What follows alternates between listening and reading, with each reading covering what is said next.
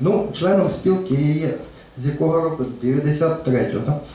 От. Ну, але зараз оце я якось там не часто буваю, що закономірно, тому що, в принципі, така структура, вона потрібна передусім, знаєте для чого?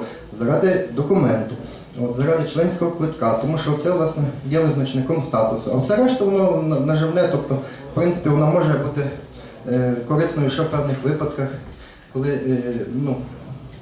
є потреба в якомусь там листі підтримки, там, чи взагалі листі прохання там, до спонсора.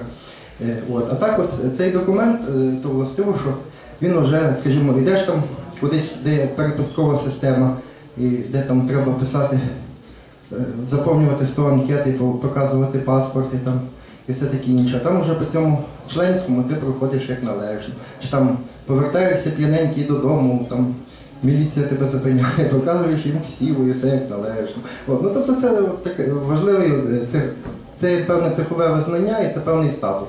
А більше від цього вимагати чогось і не варто.